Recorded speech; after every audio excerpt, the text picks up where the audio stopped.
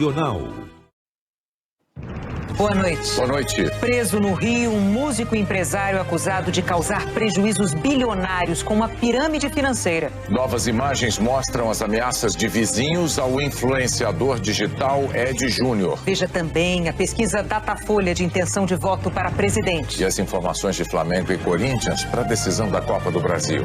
Em meio minuto no Jornal Nacional. O influenciador digital Ed Júnior registrou hoje um boletim de ocorrência numa delegacia de São Paulo como vítima de insultos racistas. Essas imagens de câmera de segurança são da madrugada do dia 1º de setembro. Com 2 facas na mão, um rapaz que, segundo a família, tem deficiência intelectual leve, toca a campainha do apartamento de Ed Júnior. Dá uma facada na parede e toca a campainha de novo. Chuta a porta e sai. 5 minutos depois, 2 funcionários do prédio chegam, conversam com Ed e tiram fotos. No dia 7 de setembro, às 3 da manhã, o rapaz volta com a mãe, Elizabeth Morrone, para a porta do músico. Saem e voltam 4 minutos depois. Falam como se estivessem discutindo com alguém que está dentro do apartamento. Ed disse que nesse dia nem estava em casa. O rapaz dá cotoveladas na porta e mãe e filho vão embora. Mais uma vez, um funcionário do prédio vai ao local. 20 minutos depois, mãe e filho voltam. Elizabeth Morrone segura uma garrafa. O filho bate na porta. Na bermuda do rapaz, é possível ver o que parece ser o cabo de uma faca. Os vizinhos gravaram os áudios das ameaças. De novo, eles vão embora e um funcionário do edifício vai até o lugar da confusão. Nesse dia, a polícia foi chamada e registrou a ocorrência. Ontem de madrugada, foi o próprio Ed que gravou as imagens da vizinha na garagem do prédio. Fala que eu falei. Não encosta na minha cachorra. Hoje, os vizinhos fizeram um protesto contra as atitudes de Elizabeth Morrone. Ela não quis gravar entrevista. Logo depois do episódio da faca, o condomínio registrou um boletim de ocorrência. A moradora foi multada. Agora, no início da noite, o músico Ed Júnior e a advogada vieram aqui à delegacia para registrar um novo boletim de ocorrência. A delegada só vai decidir pelo que a moradora vai responder depois de ouvir o músico. Ele disse que está num hotel e quer voltar para casa. Ed falou sobre racismo e disse que espera uma solução. A minha percepção do racismo vai ser a mesma antes e depois desse episódio, que a justiça seja feita.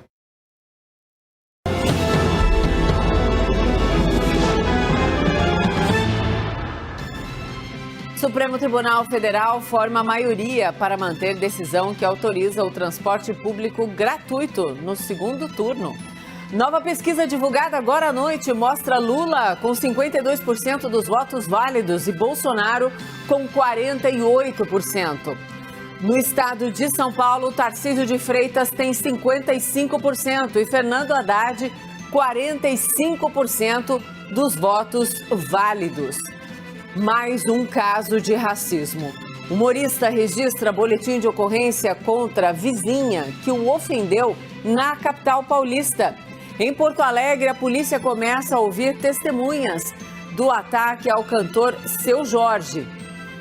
E a guerra na Ucrânia. Vladimir Putin decreta lei marcial em regiões anexadas e limita a circulação na fronteira com a Rússia.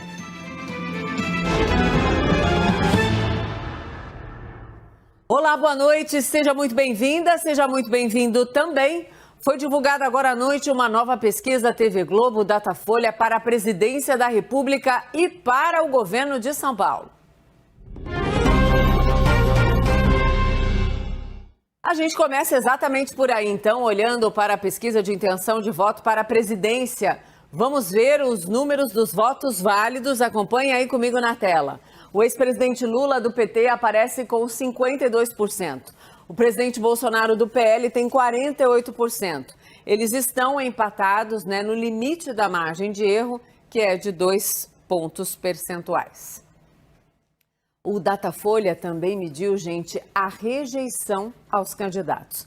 50% dizem não votar de jeito nenhum em Bolsonaro. E Lula é rejeitado por 46%.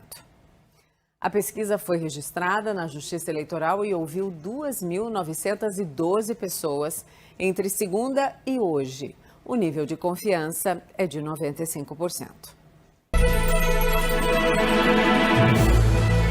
Quarta-feira, 19 de outubro, o Jornal da Cultura começa agora com os seguintes destaques. Há 11 dias do segundo turno, ministros do Tribunal Superior Eleitoral se reúnem com representantes das redes sociais para discutir mecanismos para barrar a escalada da guerra digital entre as campanhas dos presidenciáveis. Após vários adiamentos, ex-presidente Lula entrega carta a evangélicos em que defende a liberdade de culto. Grande parte das políticas sociais que o governo faz pode ser feito pelas igrejas. Presidente Jair Bolsonaro, que tenta a reeleição e conta com amplo apoio do segmento, ironiza ato do petista. Quem assinou? Qual é o perfil de quem assinou? Tem igrejas? Qual é a densidade deles? Ministérios do Desenvolvimento Regional e da Saúde, além de outras 11 pastas, são atingidos pelo corte de mais de 2,5 bilhões de reais do orçamento federal.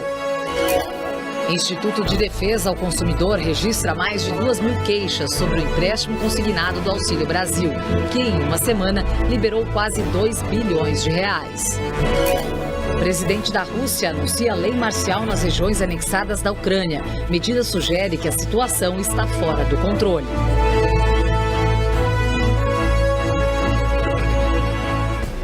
Olá, boa noite.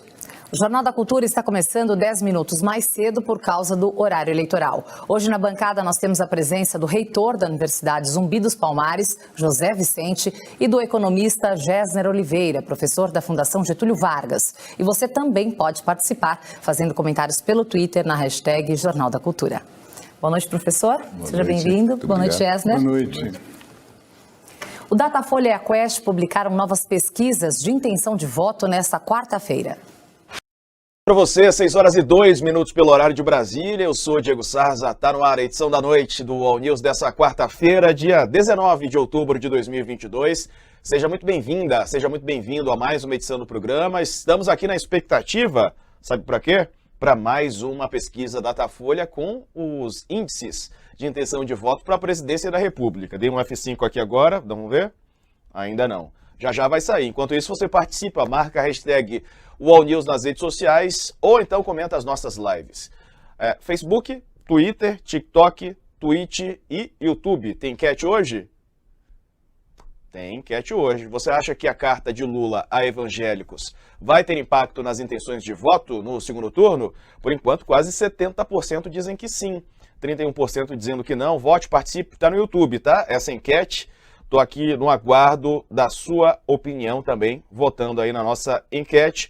Enquanto aguardamos o Datafolha, vou seguir com outros assuntos do programa. O ex-presidente Lula defendeu a liberdade religiosa e a separação entre Estado e Igreja em encontro com evangélicos hoje em São Paulo. Lula também apresentou uma carta aos evangélicos com compromissos dele para esse público. Durante a campanha, o petista foi alvo de notícias falsas que afirmavam que ele fecharia igrejas se fosse eleito. Na carta, aqui para o UOL, você pode ler, a carta na íntegra no UOL acessando o nosso site. Sobre este assunto, eu falo agora com a vereadora de Goiânia, Ava Santiago, que é evangélica e participou desse encontro. O colunista Leonardo Sakamoto me acompanha para a entrevista. Vereadora, seja bem-vinda. Bom dia, aliás, boa noite. Jovem Pan apresenta Os Pingos dos Is. Especial Eleições 2022.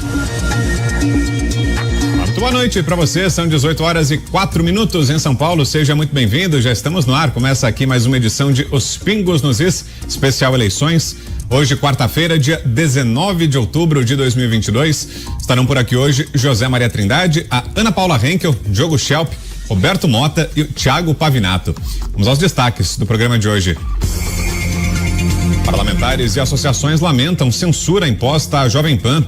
Lula divulga carta a evangélicos. E a primeira-dama chora ao falar sobre os ataques sofridos pela filha Laura. Isso e muito mais agora para você, aqui em Os Pingos nos Is, especial eleições. Opinião. Hora de colocar os pingos nos is. Deputados federais se manifestaram contra a censura sofrida pela imprensa nesse segundo turno das eleições. Marcel Van Hatten aproveitou seu momento de breves comunicações no Congresso para falar sobre o tema. A Jovem Pan lança um comunicado aos seus jornalistas dizendo: caros, com base em decisão do TSE, proferida nesta segunda-feira, estamos orientados pelo jurídico a não utilizar as seguintes expressões nos programas da casa. Vale para todos, aliás, não só jornalistas, comentaristas, colunistas da Jovem Pan, este comunicado interno. Quais são as expressões vetadas pela Jovem Pan com base em decisão do TSE? Ex-presidiário, descondenado, ladrão, corrupto, chefe de organização criminosa. Pois eu aqui digo, com base na Constituição que me garante a imunidade parlamentar, Lula é ex-presidiário, ministro Alexandre de Moraes e TSE. Lula é descondenado. Lula é ladrão. Lula é corrupto. Lula é chefe de organização criminosa.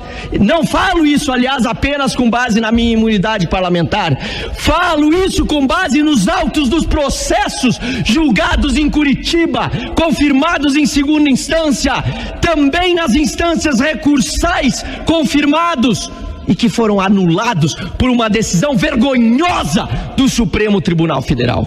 Mas o TSE diz que não pode chamar o Lula, pelo menos a Jovem Pan diz, com base em decisão do TSE, de ex-presidiário, de descondenado, de ladrão, de corrupto, de chefe de organização criminosa. Deputado Ayrton Faleiro, só falta a Jovem Pan dizer, com base em decisão do TSE aos seus jornalistas, que não podem mais chamar o Lula de Lula. Deputado Paulo Eduardo Martins também comentou as medidas. Há pouco, o ministro do Supremo disse que eles eram os editores da sociedade. Agora, a gente vê o Tribunal Superior Eleitoral agindo como editor mesmo, inclusive praticando esta censura prévia ao canal Brasil Paralelo. E isso é decorrente da omissão do Poder Legislativo, do Senado, da Câmara dos Deputados, que não exerce o seu poder, a sua prerrogativa de fazer o contraponto e vê, testemunha e aceita o agigantamento de um poder ou de um anexo, agora sendo protagonista social. E o pior, isso não vai parar. Hoje é conveniente para alguns, mas isso não vai parar. Para concluir, presidente, um paradigma, um princípio, quando é quebrado, ele não se auto-reconstrói. Aqueles que aplaudem, a grande imprensa que aplaude, parlamentares que hoje aplaudem, amanhã serão as vítimas deste processo. Em nota, a Associação Brasileira de Emissoras de Rádio e Televisão classificou como preocupantes as escaladas, ou preocupante a escalada contra veículos de imprensa que interferem na programação, conteúdo jornalístico, ideias e opiniões. A ABERT disse ainda que a liberdade de imprensa é uma garantia para o exercício do jornalismo profissional e do direito do cidadão de ser informado. Ao longo do programa a gente vai trazer outras reações também, mais declarações repercutindo essa censura imposta à Jovem Pan News, mas a gente começa trazendo para você aqui a análise de José Maria Trindade, direto de Brasília. Como é que está sendo a repercussão por aí, Zé? Salve, boa noite. Houve sim, houve muita reação, viu? Muito boa noite, meu caro Vitor, boa noite, Tiago, boa noite, Diogo, boa noite, Ana, e boa noite a você que nos acompanha sempre aqui nos Pingos nos Is e é a nossa força. Olha, hoje, quando eu cheguei no Congresso Nacional, os deputados demonstraram uma grande preocupação, não só com a Jovem Pan, mas com o futuro da liberdade de expressão no Brasil.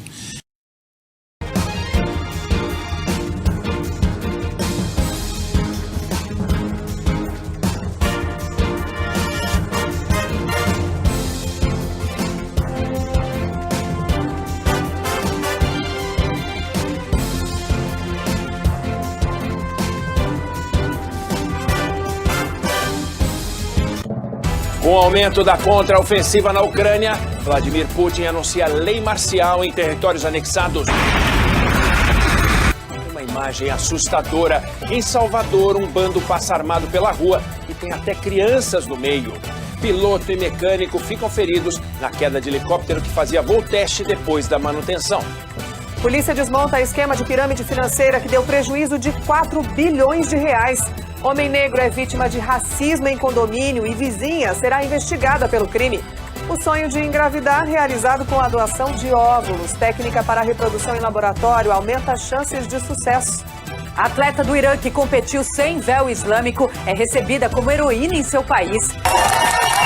Sem tempo nem dinheiro para malhar na academia, escada pode ser a alternativa. O socorro que chega a jato na montanha ou no mar, paramédicos voam para atender as vítimas. E na piscina, quem merece um 10 é a Atena, a pitbull que salva um chihuahua do afogamento. O Jornal da Band está no ar.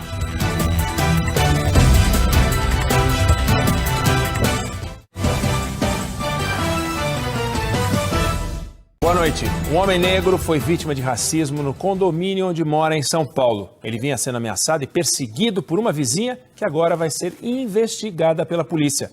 Rodrigo Hidalgo conta essa história absurda.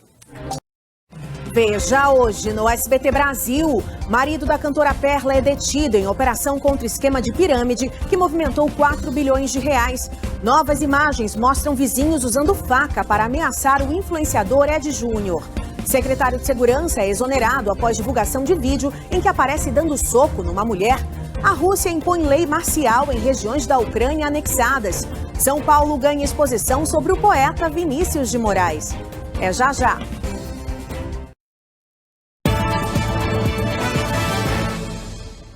Olá, boa noite. Boa noite. Entre janeiro e agosto deste ano houve aumento no número de roubos em São Paulo. Foram mais de 100 mil em 8 meses. Entre os mais comuns, segundo a polícia, está o de celular. E como você vai ver em vídeos exclusivos obtidos pelo Jornal da Record, tudo é muito rápido. Ainda mais quando o criminoso está de moto. Veja agora outros destaques do dia. Empresário é preso suspeito de envolvimento em esquema bilionário de pirâmide. Brasil já abriga 85 mil venezuelanos que fugiram da miséria e da ditadura de Nicolás Maduro. Rússia declara lei marcial e aumenta controle militar em regiões anexadas da Ucrânia. Os compromissos de campanha dos candidatos à presidência a 11 dias das eleições. A polícia conseguiu evitar o roubo de uma carreta que levava uma carga de bebidas hoje no Rio de Janeiro. O caminhoneiro foi feito refém e houve troca de tiros. Olá, boa noite. Boa noite, seja muito bem-vindo ao Rede TV News. 2 pessoas ficaram feridas na queda de um helicóptero na zona sul de São Paulo. A aeronave tinha decolado do aeroporto de Congonhas para um voo teste e teve uma pane. Agora, outros destaques da edição de hoje. Um dos principais traficantes do Rio de Janeiro, Celcinho da Vila Vintém, foi libertado depois de 20 anos na cadeia. Operação da PF mira a quadrilha responsável por esquema de pirâmide financeira. O marido da cantora Perla foi preso no Rio de Janeiro. A presidente do STF, Rosa Weber, nega pedido da Procuradoria-Geral de Alagoas para devolver o cargo ao governador afastado Paulo Dantas. A inflação na Europa. No Reino Unido, o índice é o maior em 40 anos. Um dos principais traficantes do Rio de Janeiro nos anos 90, Celcinho da Vila Vintém, deixou o presídio. A justiça decidiu que ele deve responder aos processos em liberdade.